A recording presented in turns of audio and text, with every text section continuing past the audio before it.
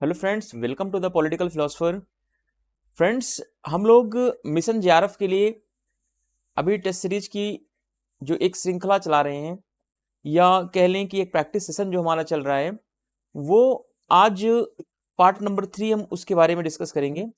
तो mission JRF का जो पार्ट नंबर 3 टेस्ट सीरीज होने वाला है, इसमें भी हम 20 क्वेश्चंस की ही प्रैक्टिस लगाएंगे और कोशिश करेंगे कि आगे हम क्वेश्चंस को बढ़ाएं, क्वेश्चंस की संख्या को बढ़ाएं, और उम्मीद करते हैं जल्द ही क्वेश्चन की संख्या भी बढ़ेगी और वीडियो की संख्या भी बढ़ेगी। जैसे कि पर डे के हिसाब से वीडियोज भी हम 2 से 3 कोशिश करेंगे कि आने वाले एग्जाम तक अपलोड कर पाएंगे।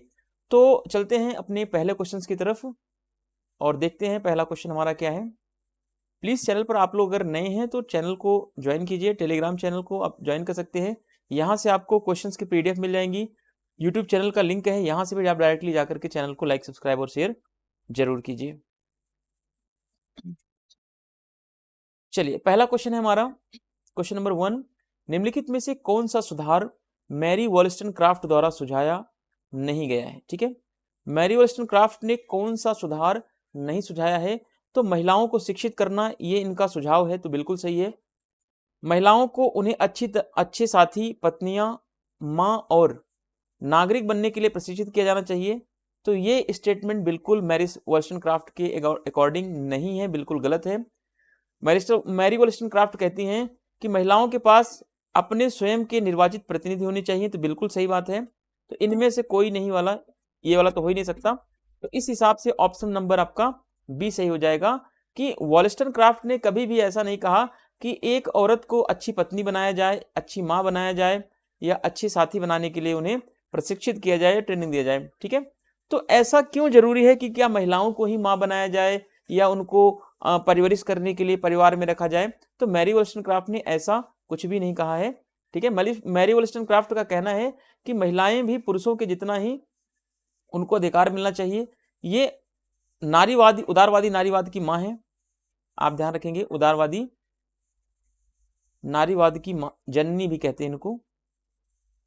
ठीक है, उदारवादी नारीवाद का विचार मैरी वॉलस्टनक्राफ्ट से ही माना जाता है। और इनकी कुछ बुक्स हैं, जो बुक्स को आप याद रखेंगे। अब मैरी फिक्शन करके है इनकी बुक, अब मैरी फिक्शन। इनकी नेक्स्ट बुक है थॉट्स ऑफ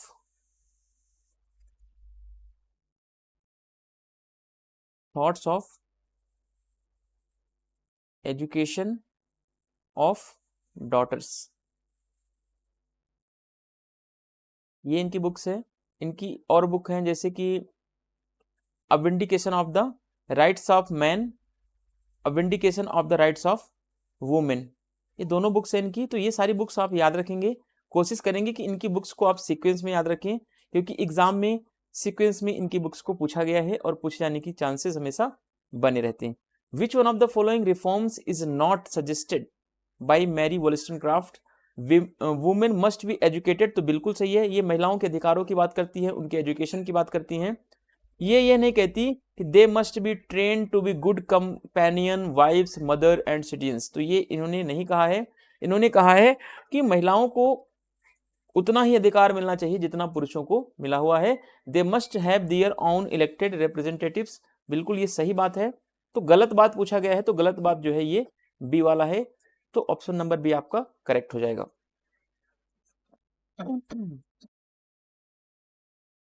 चलिए, हेगेल के निम्नलिखित में से किस तर्क को मार्क्स ने खारिज कर दिया? आदर्शवादी जाल, तो नहीं। द्वंद्ववाद, नहीं। आदर्शवाद, हाँ, तो बिल्कुल सही है। हेगेल के आदर्शवाद को मार्क्स ने नकार दिया।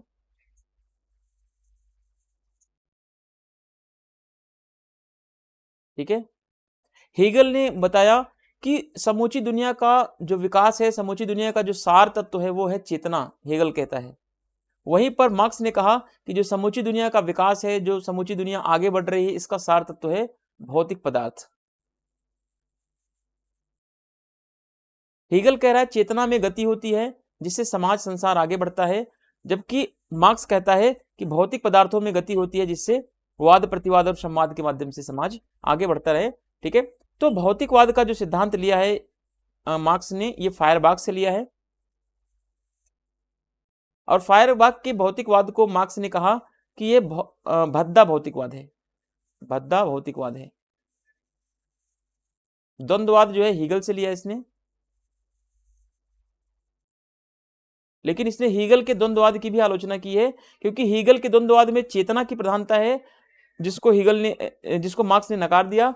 वहीं पर मार्क्स ने अपने जो द्वंद्ववाद जो हीगल से लिया उसमें कुछ संशोधन किया, ठीक है। और मार्क्स ने बताया कि हीगल का जो द्वंद्ववाद है वो पैरों के बल नहीं बल्कि सिर के बल खड़ा था, मैंने उसको सीधा कर दिया पैरों के बल, ठीक है। तो इस तरीके से चीजें आप सीखेंगे तो ऑप्शन आपका नंबर सी सही हो जाएगा। Which one of the following arguments of Hegel was rejected by Karl Marx? तो आइडियलिज्म को रिजेक्ट कर दिया है।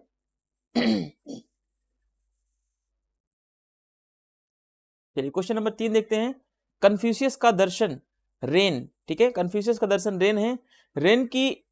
कन्फ्यूशियस का दर्शन रेन की प्रमुख नैतिक अवधारणा पर केंद्रित है, ठीक है। जो कन्फ्यूशियस का दर्शन रेन है ये प्रमुख नैतिक अवधारणा पर केंद्रित है। और कन्फ्यूशियस रेन को कैसे परिभाषित करते हैं इसके बारे में आपको बताना है कि कन्फ्यूशियस ने रेन को कैसे परिभाषित किया।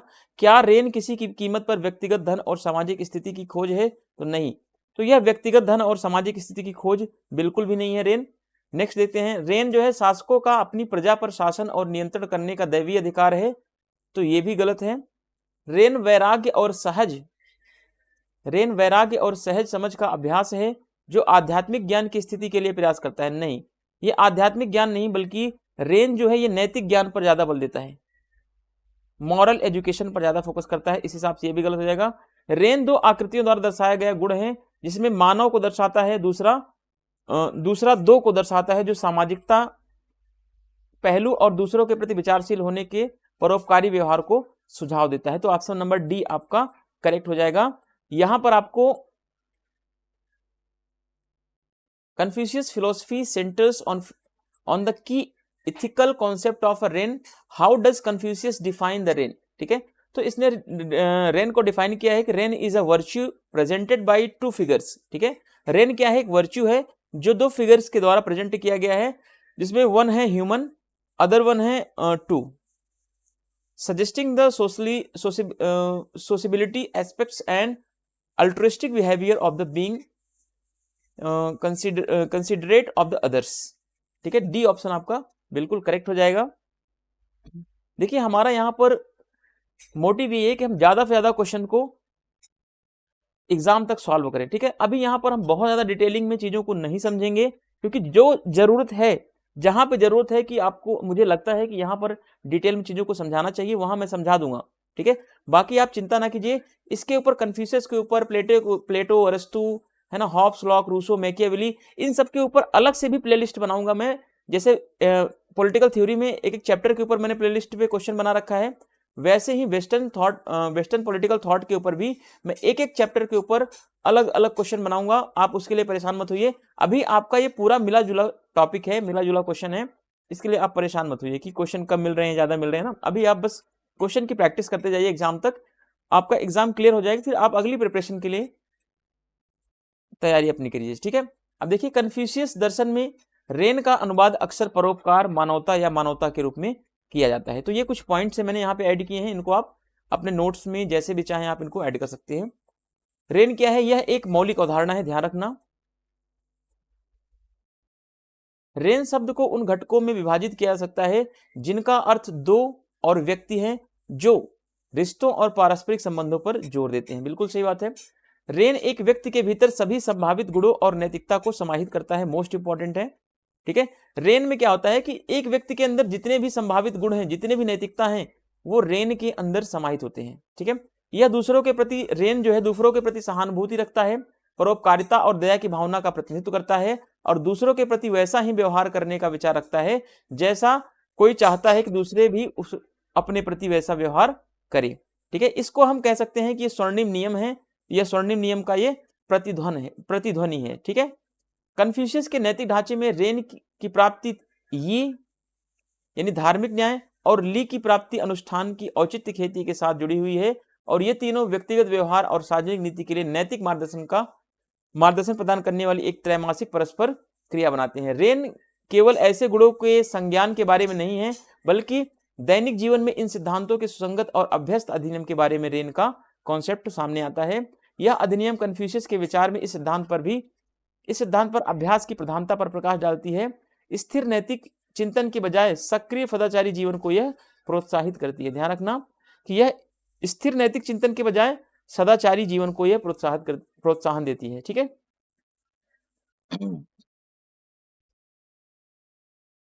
रेन के बारे में आपने अभी तक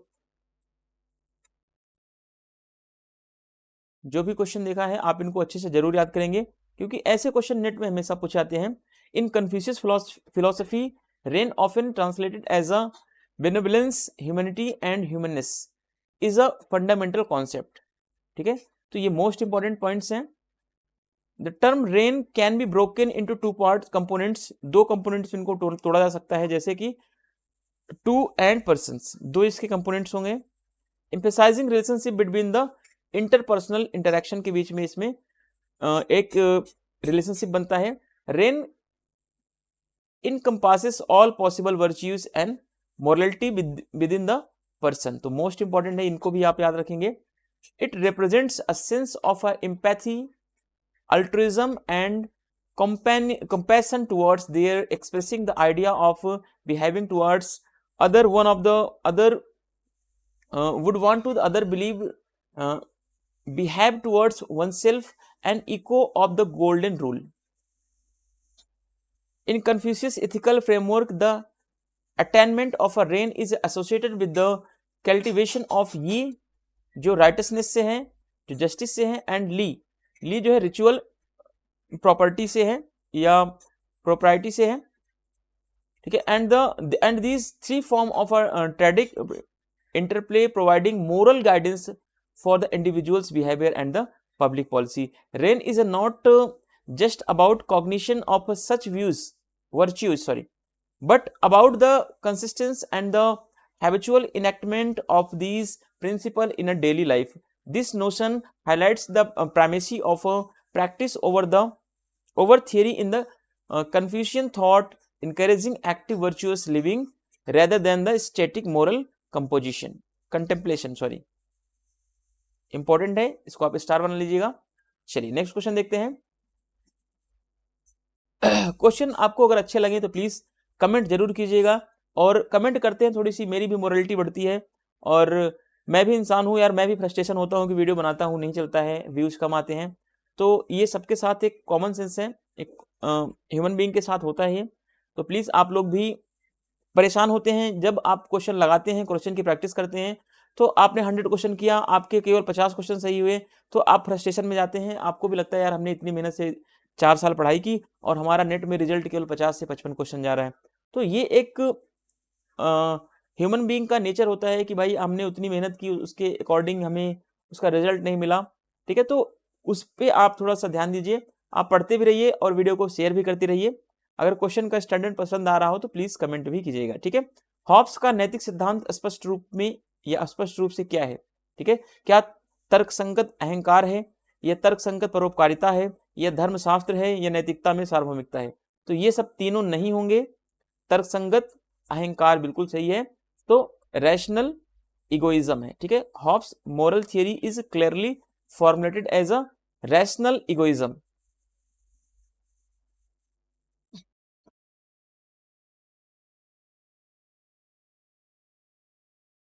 चलिए क्वेश्चन नंबर 5 देखते हैं।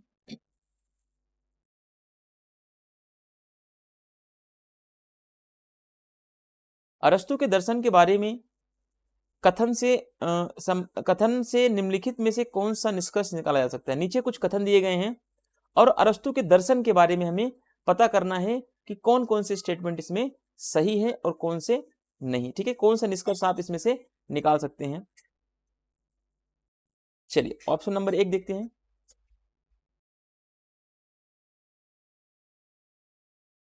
पहला ऑप्शन है आनंद मनुष्य द्वारा प्राप्त किया जाने वाला अधिक अंतिम लक्ष्य। ठीक है, तो ये स्टेट बिल्कुल करेक्ट है। अरस्तु कहता है कि आनंद जो है मनुष्य के द्वारा प्राप्त किया जाने वाला अंतिम लक्ष्य है। ठीक है, तो आनंद की प्राप्ति जो है मनुष्य का अंतिम लक्ष्य माना है अरस्तु ने। फिर दूसरा पॉइंट है सदाचार अरस्तु की नैतिकता का केंद्र बिंदु है, तो बिल्कुल करेक्ट ऑप्शन है। अरस्तु ने जो है मोरालिटी पर, वर्च्यू पर, ठीक है, वर्च्यू पर यानी सद्गुणों पर या सदाचार पर उसके नैतिकता का केंद्र बिंदु माना है अरस्तु ने अपने, क्योंकि अरस्तु जो है वो प्लेटो का शिष्य है, तो प्लेटो के जो वर्च्यू सद्गुण है वो अरस्तु में ही कुछ विद्वान दिखाई देंगे या अरस्तु के विचारों में आपको दिखाई देंगे। और अरस्तु ने भी सदाचार और नैतिकता को अपने चिंतन का केंद्र बिंदु बनाया है। फिर नेक्स्ट पॉइंट है, तीसरा पॉइंट देखते हैं।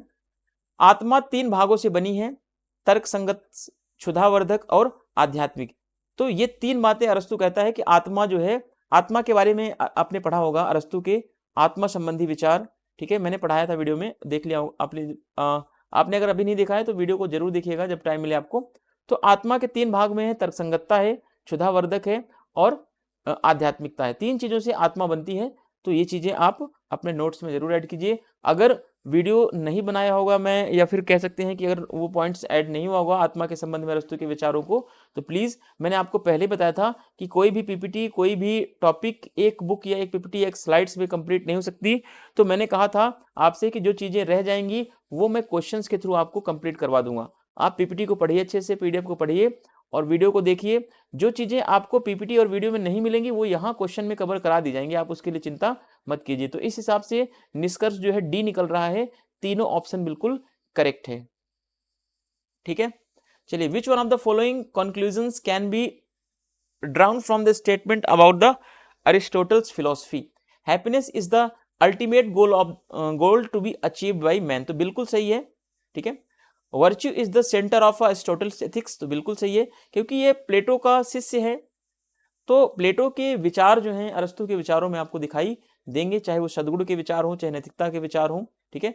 द सूल is a composed of 3 parts, सूल में 3 पार्ट्स होते हैं, कौन कौन से? रैशनल, एपेटाइट और स्पिरिचुअल, ये 3 पार्ट्स हैं, इनको आप ध्यान रखेंगे, ठीक है। तर्कसंगत, क्षुधावर्धक और आध्यात्मिक। तो इस हिसाब से ऑप्शन नंबर डी आपका करेक्ट हो जाएगा। ऐसे क्वेश्चन जो है आरपीएससी के एग्जाम में या फिर डीएसएसबी के एग्जाम में या फिर नेट जेआरएफ के एग्जाम में बनने के चांसेस ज्यादा होते हैं। ये सब क्वेश्चन जो है बीपीएससी के एग्जाम में नहीं बनता, कभी ध्यान रखना आप। इस टाइप से क्वेश्चन बीपीएससी अभी तक नहीं बनाया है और इतना टफेस्ट क्वेश्चन वो नहीं बनाता है, वो कॉमन चीजें बनाता है कि अरस्तु की बुक्स कौन है, इसके बुक्स के तीसरे पार्ट में कौन सी बातें लिखेंगे, इस तरीके से क्वेश्चन इजिली क्वेश्चन होते हैं, ठीक है। चलिए, निम्नलिखित में से कौन सा कथन अरस्तु के दार्शनिक विचारों के बारे में सही है, ये ध्यान रखना है। कला का उद्देश्य प्रकृति की यथार्थवादी प्रतिकृति बनाना है, क्या ये सही है? तो बिल्कुल गलत है। अरस्तु कहता है कि कला का उद्देश्य जो है प्रकृति की यथार्थवादी प्रतिकृति नहीं बनाना है, बल्कि कला का उद्देश्य क्या है कि प्रकृति के साथ हम जो है जुड़े रहें और कला का जो प्रदर्शन है, कला का जो उद्देश्य है वो एकदम आदर्शवाद के साथ जोड़ना चाह रहा है वो, ठीक है। तो वो यथार्थवाद की प्रतिकृति यानी कि उसकी रिप्लिका बनाने की बात नहीं करता है, मना करता है। आत्मा एक जीवित जीव का सार है जिसमें उसकी क्षमताएं समाहित है, तो बिल्कुल सही बात है ये। अरस्तु कहता है कि आत्मा के बारे में जो अरस्तु के विचार हैं कि आत्मा एक जीवित जीव का सार है जिसमें उसकी क्षमताएं समाहित होती हैं, ठीक है। तो अरस्तु आत्मा के बारे में कह रहा है कि मनुष्य के अंदर जो आत्मा होती है वही उसकी जीवित जीवन का सार है और इस आत्मा के अंदर बहुत सारी क्षमताएं समाहित होती हैं। विचार वस्तुओं से स्वतंत्र रूप से पारलौकिक संस्थाओं के रूप में मौजूद हैं, तो यह कथन जो है प्लेटो के संदर्भ में है, तो अरस्तु तो नहीं होगा, ये प्लेटो से जुड़ा हुआ है।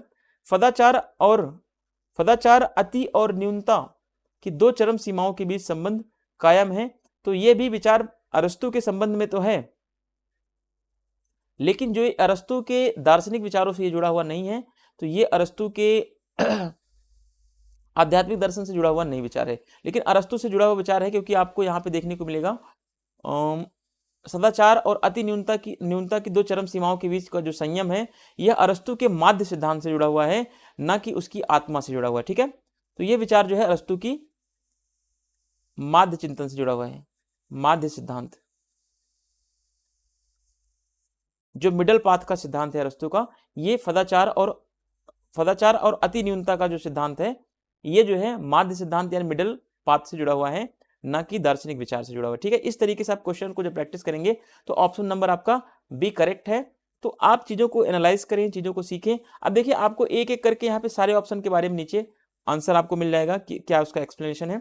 मैं आपसे यही बता रहा था कि जो भी क्वेश्चन टफेस्ट होंगे, जो क्वेश्चन मुझे लगेगा, मैं उसका एक्सप्लेनेशन आपके लिए ऐड कर दूंगा, आप उसके लिए परेशान मत होइएगा, ठीक है। Which one of the following statement is a correct about the philosophical view of Aristotle? The aim of arts is to create a realistic replica of nature, तो गलत है। The soul is a essence of living organism consisting of its faculties, तो बिल्कुल correct है। Idea exists as a transcendental entities and dependently of the object, तो ये जो है प्लेटो के रिगार्डिंग है, प्लेटो के संदर्भ में कहा गया है, ना कि एरिस्टोटल के संदर्भ में। Virtue is the moderation between the two extreme of excess and deficiency, तो ये मिडल पाथ है अरस्तु का, मिडल पाथ का जो कॉन्सेप्ट दिया है, या कह लें जो मध्यम वर्ग का सिद्धांत जो अरस्तु ने दिया है उससे जुड़ा हुआ है ये, तो ऑप्शन नंबर बी आपका करेक्ट हो जाएगा। अब एक्सप्लेनेशन देखते हैं। अरस्तु का मानना था कि कला को प्रकृति से कड़ाई से नकल नहीं करना चाहिए, ठीक है। यहां पर ऊपर ऑप्शन में क्या है कि अरस्तु के संदर्भ में जो कथन दिया गया है ऊपर कि कला का उद्देश्य प्रकृति की यथार्थवादी प्रतिकृति बनाना है, जैसे प्रकृति है वैसे ही एज इट इज बनाना है उसको, तो नहीं, अरस्तु कहता है कला का उद्देश्य ये नहीं है कि जैसा प्रकृति है उसको एज इट इज हम रियलिज्म में बनाए, नहीं, ठीक है। तो कड़ाई से उसका नकल नहीं करना है, बल्कि इसने अपने सौंदर्य सिद्धांत होने चाहिए, कला का अपना अपना सौंदर्य होना चाहिए, ना कि हम प्रकृति को कॉपी करें, ठीक है। फिर नेक्स्ट पॉइंट देखते हैं, दूसरा वाला ऑप्शन, विचार वस्तुएं स्वतंत्र रूप से पारलौकिक संस्थाओं में मौजूद होते हैं, यह प्लेटो के विचारों के सिद्धांतों के अनुरूप को स्पष्ट करता है, अरस्तु के दृष्टिकोण को नहीं। तो ये वाला कौन सा ऑप्शन था, ये वाला जो मैंने बताया सी वाला, ठीक है। विचार वस्तुओं से स्वतंत्र रूप से पारलौकिक संस्थाओं के रूप में मौजूद हैं, ठीक है। तो ये क्या है, ये प्लेटो से जुड़ा हुआ विचार है। क्या कह रहा है कि विचार जो है वस्तुओं से स्वतंत्र रूप से पारलौकिक संस्थाओं के रूप में मौजूद है। तो जो प्लेटो ने कहा विचार क्या होते हैं, विचार जो होते हैं ये पारलौकिक होते हैं, ये कभी बदलते नहीं, विचार हमेशा स्थायी होते हैं, जबकि जो लौकिक वस्तुएं होती हैं वो हमेशा बदलती रहती हैं, ठीक है।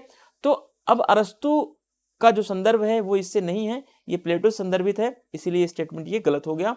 और सदाचार और न्यूनता वाले जो मध्यम मार्ग का सिद्धांत है अपने अभी देख लिया, ये मिडल पाथ का कॉन्सेप्ट है, ठीक है। सदाचार और अति न्यूनता की दो चरम सीमाओं के बीच का संयम है, यह अरस्तु के माध्य के सिद्धांत का वर्णन करता है, न कि विशेष रूप से उसकी आत्मा की अवधारणा का। तो ये एक्सप्लेनेशन है इसका, एक एक करके सारे पॉइंट्स को यहाँ पे एलोबरेट किया गया है। Aristotle believe that the art should not be strictly imitate nature but should have its own aesthetic principle. Next है, idea exist as a transcendental entities dependently of object, this explain Plato's theory of idea of form, ठीक है, not Aristotle's view. Virtue is a moderation between the two extremes of excess and deficiency, this describes Aristotle's theory of mean, not especially his concept of the soul, ठीक है। तो अब यहाँ पे आपको जो देखिए, आप जब क्वेश्चन पढ़ें तो यहाँ पे जब जो भी विचारों का सिद्धांत है ये प्लेटो के आत्मा के स्वरूप से जुड़ा हुआ है, ठीक है। तो ये आपको ध्यान रखना है कि कौन सा विचार, कौन सा स्टेटमेंट किसके बारे में कहा गया है। तो जब तक आप कॉन्सेप्ट को नहीं सीखेंगे तब तक आपके लिए मुश्किलें बढ़ती जाएंगी। ये जो क्वेश्चंस बनाए गए हैं ये आप इग्नू की बुक्स में आपको मिल जाएगा, है ना, इग्नू की बुक से ये क्वेश्चन बनाए गए हैं। तो आप चीज़ों को ध्यान रखें। और कुछ क्वेश्चन इग्नू की बुक से मैंने आपको पहले बताया था, इसमें 50% क्वेश्चन आपको इग्नू की बुक से देखने को मिलेंगे और 50% जो क्वेश्चन मिलेंगे आपको वो अदर बुक के रेफरेंस से देखने को मिल जाएंगे, ठीक है। तो इस तरीके से अभी इसमें आपको बहुत कम ही क्वेश्चन ऐसे मिलेंगे जो प्रीवियस ईयर क्वेश्चन होंगे, है ना। इसमें आपको प्रीवियस ईयर क्वेश्चन अगर आप 100 क्वेश्चन करेंगे तो उसमें से 5 से 7 क्वेश्चन ऐसे होंगे जो प्रीवियस ईयर के क्वेश्चन होंगे, बाकी सारे क्वेश्चन आपको नए देखने को मिलेंगे। आप इसको एज एक टेस्ट सीरीज के रूप में भी देख सकते हैं कि आप अपने एग्जाम से पहले कुछ टेस्ट सीरीज की प्रैक्टिस कर लें। आप उन प्रैक्टिस को करने से आपको उतना ज़्यादा फायदा नहीं मिलेगा जो PY के हैं, नए क्वेश्चन को करने से आपको फायदा मिलेगा, ठीक है। क्योंकि PY का क्वेश्चन जो होता है वो 100 में से 10 से 12 क्वेश्चन या बहुत मैक्सिमम 15 क्वेश्चन ही रिपीट होगा, उतना तो सबको याद होता है, वो क्वेश्चन इजी होते हैं। लेकिन जो नए क्वेश्चंस का जो नेचर होता है वो थोड़ा सा टिपिकल होता है और लेंदी भी होता है, ठीक है। तो ध्यान रखना इन सारी चीज़ों को और ज़्यादा से ज़्यादा नए क्वेश्चंस की प्रैक्टिस करने की कोशिश कीजिए आप लोग। अरस्तु के अनुसार सरकार के 3 सामान्य रूप कौन कौन से हैं? ठीक है, तो राजतंत्र, कुलीन तंत्र और सर्वजनतंत्र, यही तीनों क्या है? बिल्कुल सही ऑप्शन है। अरस्तु कहता है कि जब राजतंत्र जो है जन कल्याण के में शासन करता है तो ये राजतंत्र होता है, और जब ये तानाशाही बदल जाता है तो ये क्या हो जाता है? निरंकुश तंत्र। कुलीन तंत्र जब तब होता है जब ये जनता के कल्याण में होता है, और जब यह तानाशाही बन जाता है या इसका शासन का भ्रष्ट रूप हो जाता है, तब यह कहते हैं कुलीन तंत्र जो है ये गुट तंत्र में बदल जाता है। ठीक है, और सर्वजन तंत्र ये लोक कल्याणकारी कार्य के लिए जब तक कार्य कर रहा है तब तक ये सर्वजन तंत्र है, जब ये भ्रष्ट हो जाता है तो ये लोकतंत्र में बदल जाता है।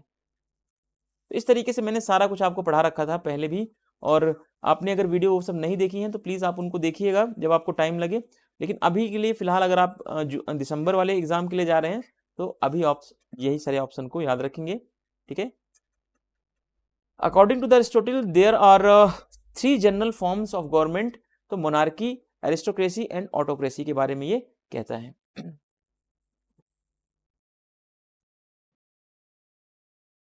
चलिए अब यहाँ पे 8वां नंबर क्वेश्चन देखते हैं। एक देश तब सुशासित होगा जब सभी पक्ष इन रिश्तों में अपनी भूमिका ठीक से निभाएंगे। यह कथन किसका है? क्या प्लेटो का है? तो नहीं। कन्फ्यूशियस का है? यस। हॉब्स का है? नहीं। अरस्तु का? नहीं। ठीक है, तो कन्फ्यूशियस का ये स्टेटमेंट है। कन्फ्यूशियस कहता है कि एक देश तभी अच्छे तरीके से आगे बढ़ पाएगा जब इस देश में रहने वाले लोग अपनी भूमिका को अच्छी तरीके से निभाएंगे, अपनी भूमिका, अपनी जिम्मेदारी को समझेंगे, तभी कोई भी देश आगे बढ़ सकता है। तो कन्फ्यूशियस ऐसा कहता है। Who said a country will be ground, ठीक है, sorry, a country will be governed when all parties to these relationship play their role properly। ठीक है, तो कन्फ्यूशियस का स्टेटमेंट है।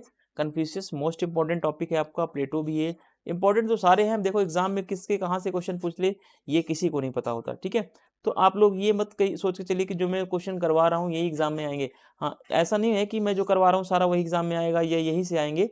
तो ये एग्जाम क्वेश्चन प्रैक्टिस करने का मतलब है आपके नॉलेज में इंक्रीमेंट हो रहा है, आपका नॉलेज बूस्ट हो रहा है, आप सारी चीज़ों को सीखेंगे तो कैसा भी क्वेश्चन आएगा एग्जाम में, अरस्तु, प्लेटो, कन्फ्यूशियस, हॉब्स, किसी भी टॉपिक से आएगा तो आप उसको आसानी से समझ लेंगे। तो ये मेरा किसी भी टेस्ट सीरीज का मोटिव उद्देश्य या मेन उद्देश्य ये होता है। ठीक है, कन्फ्यूशियस के बारे में देखते हैं। कन्फ्यूशियस का मानना था कि एक देश तब सुशासित होगा जब सभी पक्ष, शासक और प्रजा, पिता और पुत्र, बड़े भाई और छोटे भाई, पति और पत्नी, दोस्त और मित्र के बीच संबंधों में अपनी भूमिका सभी जब ठीक से निभाएंगे तभी कोई देश आगे अच्छे तरीके से बढ़ सकता है। उन्होंने सामाजिक व्यवस्था और सद्भाव बनाए रखने में नैतिक मूल्यों, ध्यान रखना, नैतिक मूल्य और नैतिक व्यवहार के महत्व पर जोर दिया है। कन्फ्यूशियस ने कहा कि सामाजिक व्यवस्था और सद्भाव को बनाए रखने के लिए नैतिक मूल्य और नैतिक सदाचार को इन्होंने सबसे ज्यादा महत्व दिया। ठीक है, वहीं पर प्लेटो की बात कर ले। प्लेटो जो है दार्शनिक राजाओं की अवधारणा में विश्वास करते थे, जहां शासक जो है बुद्धिमान और न्यायप्रिय व्यक्ति थे, जिन्हें सच्चाई का ज्ञान और जो न्यायपूर्वक शासन करने में सक्षम थे। तो दार्शनिक राजा का कॉन्सेप्ट आपने पढ़ लिया, सारा कुछ पढ़ रखा है, यहाँ पे आपको बहुत ज्यादा समझाने की कोई जरूरत नहीं, बस आप इसको एक रीडिंग करते जाइए। ठीक है, एक सामाजिक अनुबंध की अवधारणा में विश्वास करते हैं हॉब्स, जिनमें सामाजिक समझौता करते हैं, जहां व्यक्ति अपने जीवन को बचाने के लिए सुरक्षा के बदले में अपने कुछ अधिकार किसको देता है? संप्रभु को देता है या लेवियाथन को दे देता है। इस तरीके से आपको इससे भी क्वेश्चन आगे देखने को मिलेगा। ठीक है, अरस्तु के कानून की अवधारणा की, अरस्तु जो है कानून की अवधारणा में विधि के शासन में कह लें, या तो कानून की अवधारणा का शासन या कह लें विधि के शासन, है ना, विधि के शासन विश्वास करता था। जबकि वहीं पर उसका गुरु प्लेटो जो था वो शासन के संदर्भ में दार्शनिक राजा का विश्वास करता था, जबकि अरस्तु जो है कानून के शासन में विश्वास करते थे, जहां कानून सिर्फ तर्क पर आधारित होनी चाहिए और सभी नागरिकों पर जो है समान रूप से लागू होना चाहिए, ऐसा अरस्तु कहता था। लेकिन वहीं पर प्लेटो जो है शासन चलाने के लिए दार्शनिक राजा के द्वारा बनाए गए विधि में या दार्शनिक राजा के द्वारा बनाए गए विधि में विश्वास करता है। ठीक है, उम्मीद करता हूँ चीजें समझ में आ रही होंगी, आप लोग अच्छे तरीके से समझते भी हैं। आप जो भी स्टूडेंट्स देखते हैं मेरा चैनल या मेरे वीडियोस को, वो मैं ये समझ करता हूँ कि जितने भी क्वेश्चन आप लोग पूछते हैं वो एक मेच्योरिटी के लेवल पर होता है। तो इससे ये पता चल जाता है शिक्षक को कि आपके अंदर कितनी मेच्योरिटी है, तो उस स्टैंडर्ड से मैं क्वेश्चन बनाने का प्रयास भी आगे करता हूँ। कन्फ्यूशियस के बारे में देखिए। Confucius believe that the country would be well governed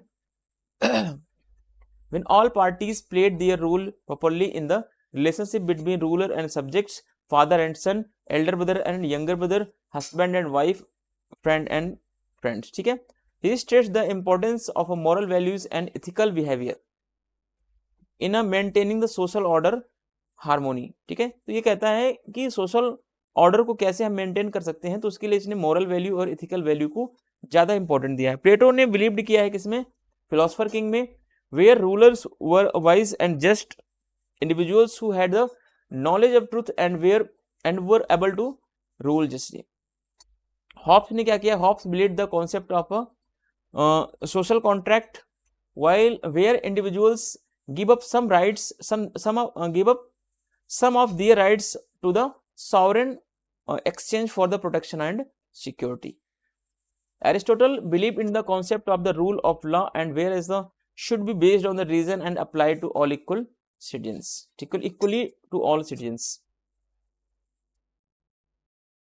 question number 9 देखते हैं।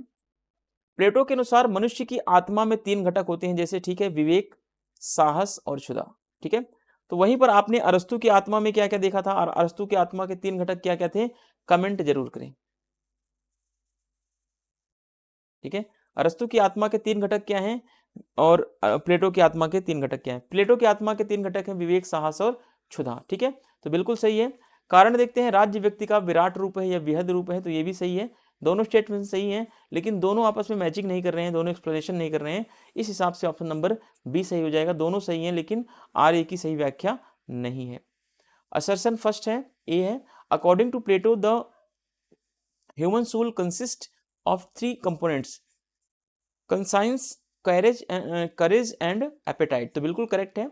रीजन देखते हैं, state is a enlarge from a writ laws of the from of the person, तो बिल्कुल ये भी सही है।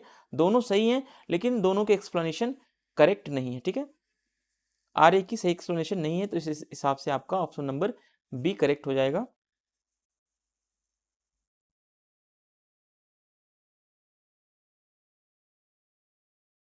शाश्वत रूपों का सिद्धांत किसके द्वारा निर्धारित किया गया था, theory of internal form was laid down by, तो किसके उपनिषद में है, वेदों में है, सुकरात में है, प्लेटो में, ठीक है। तो ये किसमें है आपको बताना है, ठीक है। तो जो शाश्वत रूपों का सिद्धांत है, रूपक का सिद्धांत, जो गुफा का सिद्धांत, ये सारी सिद्धांत जो इटर्नल जो फॉर्म्स का जो क्रिएट किया गया, इटर्नल फॉर्म्स, ये प्लेटो के द्वारा क्रिएट किया गया है, ठीक है। प्लेटो का सिद्धांत है, तो प्लेटो करेक्ट ऑप्शन हो जाएगा आपका। क्वेश्चन नंबर 11 देखते हैं, निम्नलिखित में से कौन सी जॉन रॉल्स से संबंधित अवधारणा है, या ये बहुत आसान क्वेश्चन है। कुछ क्वेश्चन बहुत आसान देखने को मिलेंगे लेकिन आपको आपकी मोरलिटी को बढ़ाने के लिए थोड़े से क्वेश्चन, इजी क्वेश्चन और टफेस्ट क्वेश्चन का कॉम्बिनेशन बहुत जरूरी है। अज्ञानता का पर्दा आपने पढ़ा था, वेल ऑफ इग्नोरेंस क्या है, ठीक है। जिसमें वार्ताकार होते हैं जो समाज के लिए कुछ नियम बनाने के लिए समझौता करते हैं। जिन वार्ताकारों को ये नहीं पता होता कि समाज में कौन सी स्थिति संघर्ष पैदा करेगी, कौन किसका भाई है, किसका भतीजा है ना, ये सारी चीजें उनको नहीं पता होती। वो अज्ञानता के पर्दे के पीछे रहते हैं और समाज के लिए एक निष्पक्ष कानून बनाने का या नियम बनाने का काम करते हैं। अब देखिए यहाँ पर सामाजिक प्राथमिक वस्तुओं के बारे में बात की गई है। तो अब यहाँ पर बताया गया है रॉल्स के अकॉर्डिंग कि प्राथमिक वस्तु 2 प्रकार की होती है। प्राइमरी गुड्स जो है, प्राथमिक वस्तु जो है, रॉल्स ने कहा कि 2 प्रकार की होती है। एक तो इन्होंने बताया, एक होती है प्राकृतिक प्राथमिक वस्तु, दूसरी होती है सामाजिक प्राथमिक वस्तु, ठीक है। सामाजिक प्राथमिक वस्तु में क्या आता है, अधिकार, स्वतंत्रता, न्याय, है ना, कर्तव्य, ये सब क्या है, ये सब जो है सामाजिक प्राथमिक वस्तु में आती है। और प्राकृतिक प्राथमिक वस्तु में क्या आता है, बुद्धि, स्वास्थ्य, है ना, ये सारी चीजें जो है प्राकृतिक प्राथमिक वस्तुओं में आती है। तो ये सारी चीजें मैंने रॉल्स के, जब आप न्याय आप पढ़ रहे थे तो न्याय वाले चैप्टर में, पॉलिटिकल थ्योरी में सारी चीजें क्लियर करा दी गई हैं। तो ये भी बिल्कुल सही है, जुड़ा हुआ है रॉल्स के सिद्धांत से, अवधारणा से जुड़ा हुआ है। शुद्ध प्रक्रियात्मक न्याय, तो ये भी बिल्कुल करेक्ट है, ठीक है। संगठन का सिद्धांत, ये संगठन का सिद्धांत ये नहीं है, ये पब्लिक एडमिनिस्ट्रेशन का टॉपिक है, ठीक है। तो इस हिसाब से option number A B and C सही है, A B C and option number A आपका करेक्ट हो जाएगा।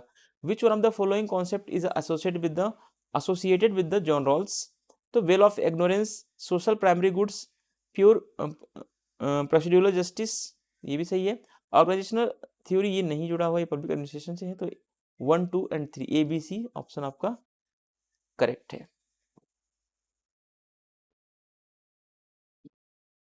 आसान क्वेश्चन फिर से एक बार, किस दार्शनिक ने अपनी पुस्तक द रिपब्लिक में न्याय की अवधारणा पर चर्चा की है? तो ये प्लेटो, सबको पता है, ठीक है, प्लेटो की पुस्तक रिपब्लिक है। Which philosopher discuss the concept of a justice in his book the Republic? तो Plato is the correct option आपका।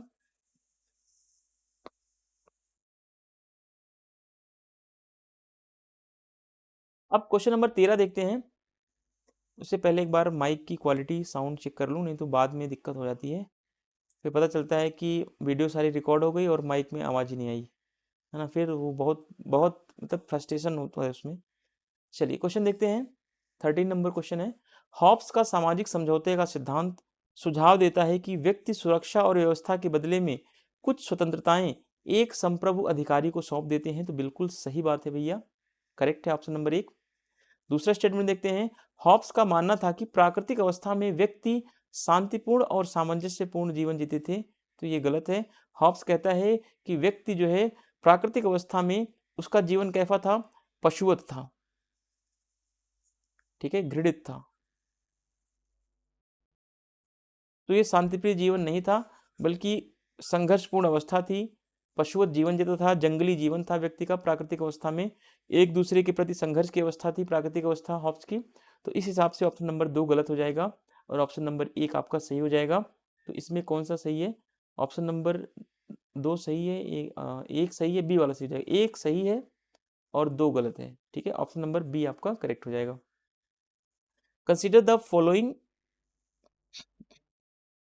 Consider the following statement.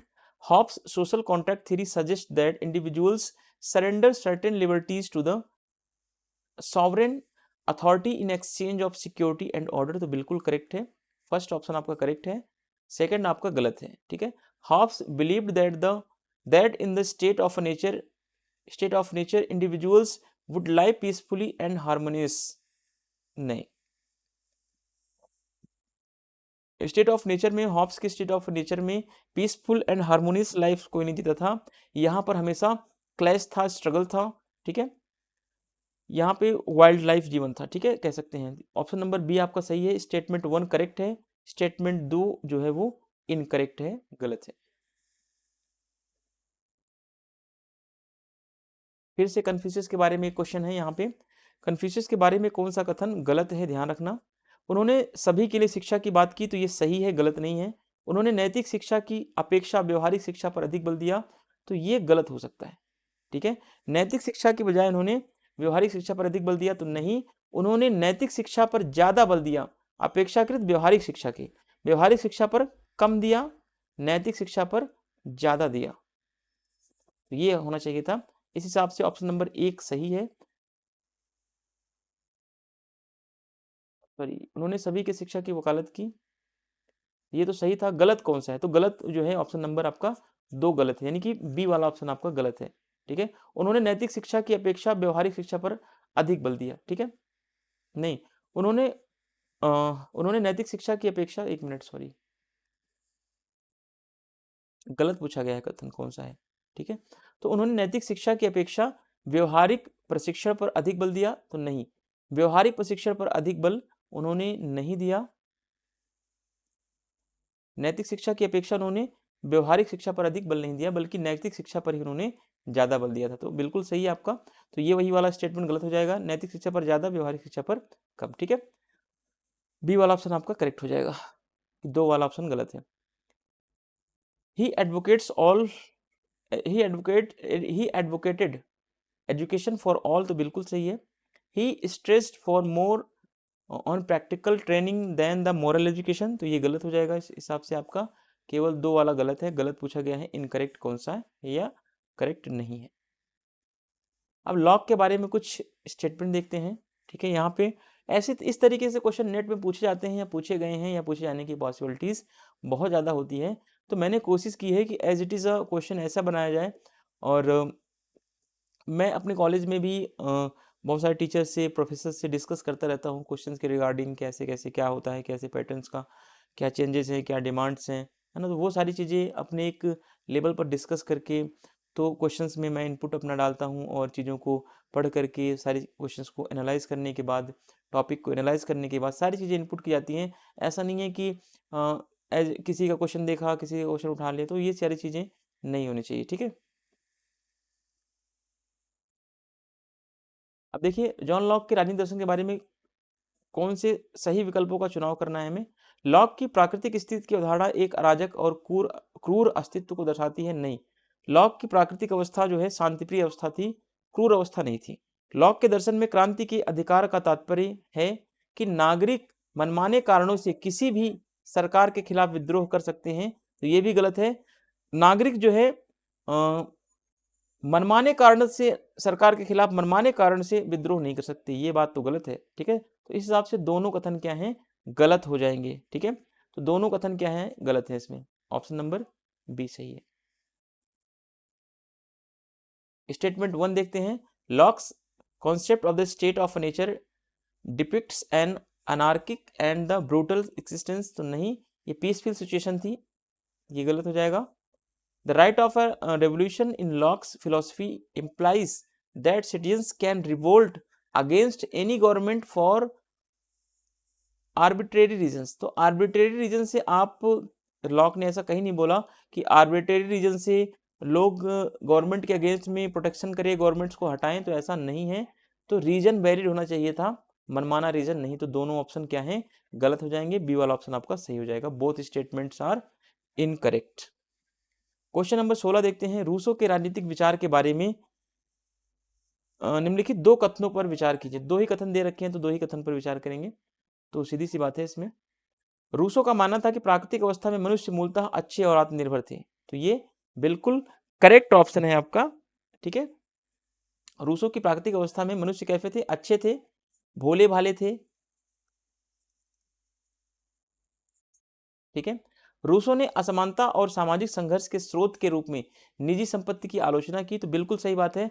Rousseau ने कहा कि निजी संपत्ति के उदय के कारण, विज्ञान और कला के उदय के कारण ही क्या हुआ है, समाज का जो है नैतिक पतन हुआ है, समाज जो है पतित हो गया है ना। तो व्यक्ति एक पतित प्राणी बन गया है। कैसा बना, क्यों बना, क्योंकि समाज में निजी संपत्ति की उदय होती है, ऐसा। तो इसीलिए रूसो ने निजी संपत्ति की आलोचना भी की है। उसने बताया कि निजी संपत्ति के आने के बाद समाज जो है वो क्या हो चुका है, भ्रष्ट हो चुका है। ठीक है, तो ये स्टेटमेंट बिल्कुल सही है। इस हिसाब से केवल एक और दो दोनों फिर दोनों कथन सही है आपका, ये वाला ऑप्शन सही हो जाएगा। ठीक है, दोनों कथन आपके सही हैं। Consider the following two statements about the Rousseau's political thought. First statement है, Rousseau believed that humans in the state of nature were essentially good and self sufficient। तो बिल्कुल सही है, क्योंकि रूसो के स्टेट ऑफ नेचर में जो human being था वो बहुत ही सिंपल था, बहुत ही सकम्बस था। ठीक है, रूसो क्रिटिसाइज प्राइवेट प्रॉपर्टी, बिल्कुल है, क्रिटिसाइज किया है इन्होंने। रूसो ने कहा कि प्राइवेट प्रॉपर्टी के आने के बाद ही सोसाइटी में भ्रष्टाचार फैला है, करप्शन बढ़ा है। ठीक है, मोरलिटी गिरी हुई है, as a source of inequality and social conflict. तो रूसो कहता है कि प्राइवेट प्रॉपर्टी आने के बाद ही क्या हुआ, सोसाइटी में इनइक्वलिटी बढ़ी है और सोशल कॉन्फ्लिक्ट भी बढ़ा है, ये समाज में संघर्ष भी बढ़ा है। किसके कारण, इस प्राइवेट प्रॉपर्टी के कारण। तो इसलिए इस प्राइवेट प्रॉपर्टी की रूसो क्रिटिसिज्म करता है, क्रिटिसाइज करता है। तो बोथ स्टेटमेंट सही हैं, both the statements are correct. Question number 17 देखते हैं। कार्ल मार्क्स के दास कैपिटल के बारे में कुछ क्वेश्चन है यहाँ पे, एक देखते हैं इसको। दास कैपिटल उत्पादन की पूंजीवादी पद्धति की आलोचनात्मक विश्लेषण करता है, तो बिल्कुल सही है। दास कैपिटल में पूंजीवाद की जो पद्धति है उसकी आलोचना की है। ठीक है, उत्पादन कैसे किया जाता है पूंजीवाद के द्वारा, कैसे शोषण किया जाता है, तो दास कैपिटल में जो है कार्ल मार्क्स ने इसकी पूंजीवाद की आलोचना की है। तो अब यहाँ पर उत्पादन की पूंजीवादी पद्धति की दास कैपिटल में तो आलोचना करता है, लेकिन एक चीज और ध्यान रखना कि दास कैपिटल जो है ये कम्युनिस्ट की बाइबल भी कही जाती है। ठीक है, दास कैपिटल का अगला स्टेटमेंट देखते हैं। पहला वाला तो सही है, दूसरा देखते हैं। दास कैपिटल का पहला खंड मरणोपरांत प्रकाशित हुआ था, तो गलत है। मरणोपरांत नहीं, कार्ल मार्क्स के मरने से पहले पहला खंड प्रकाशित हुआ था। मरने के बाद इसका दूसरा और तीसरा खंड प्रकाशित हुआ था, ध्यान रखना, ठीक है, पहला खंड नहीं। तो ये स्टेटमेंट गलत हो जाएगा। इस हिसाब से ऑप्शन नंबर 1 सही होगा, केवल पहला ही कथन सही है। तो सही पूछा गया है तो सही वाला कथन बताना है आपको, 1 सही है, ठीक है। Consider the following statement about Karl Marx, Das Kapital. Das Kapital critically analysis the capitalist mode of production. तो बिल्कुल सही है, इसमें क्रिटिकली एनालिसिस किया गया है कि कैसे पूंजीवादी जो है कैपिटलिस्ट कैसे मोड ऑफ प्रोडक्शन को आगे बढ़ाते हैं। तो बिल्कुल सही है। The first volume of Das Kapital was published posthumously. तो बिल्कुल गलत है ये, क्योंकि दास कैपिटल का फर्स्ट वॉल्यूम जो है वो कार्ल मार्क्स के मरने से पहले प्रकाशित हुई थी, ठीक है। कार्ल मार्क्स जब जिंदा था तभी प्रकाशित हो गई थी।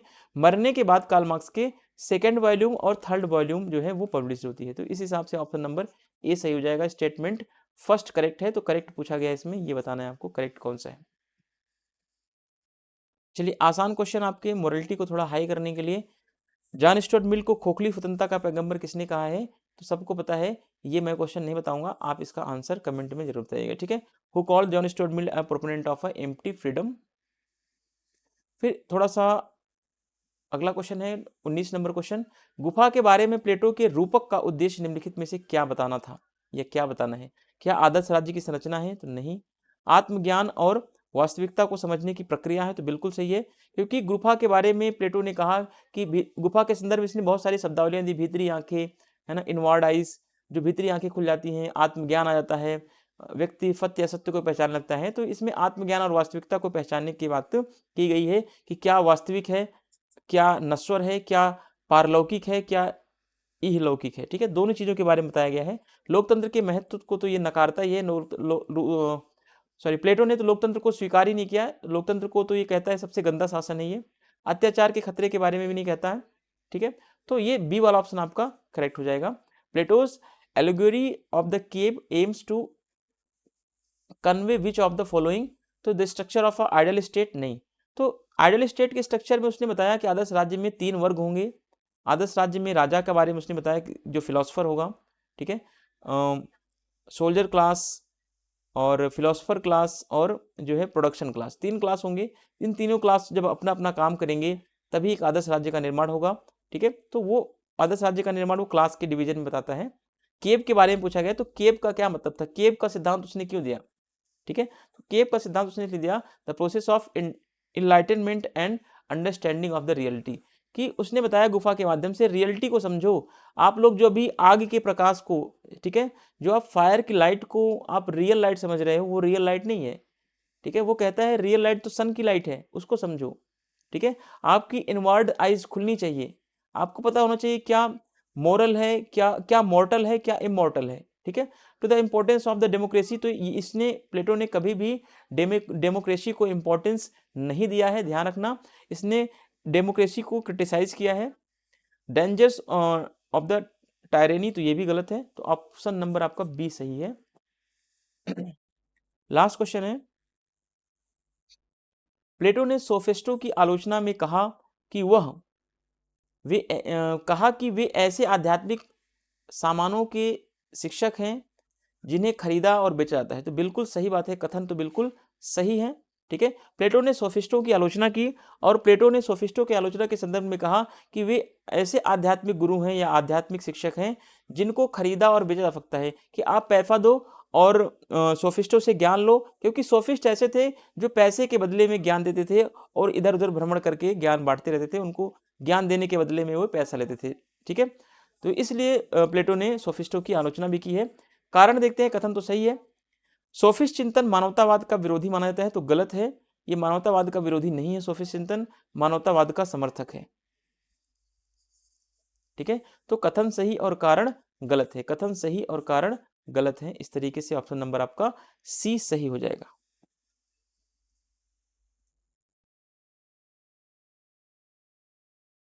स्टेटमेंट है यहाँ पे first, Plato criticise the sophist by saying that they are teachers of spiritual goods and the spiritual goods are that are the bought and sold, ठीक है।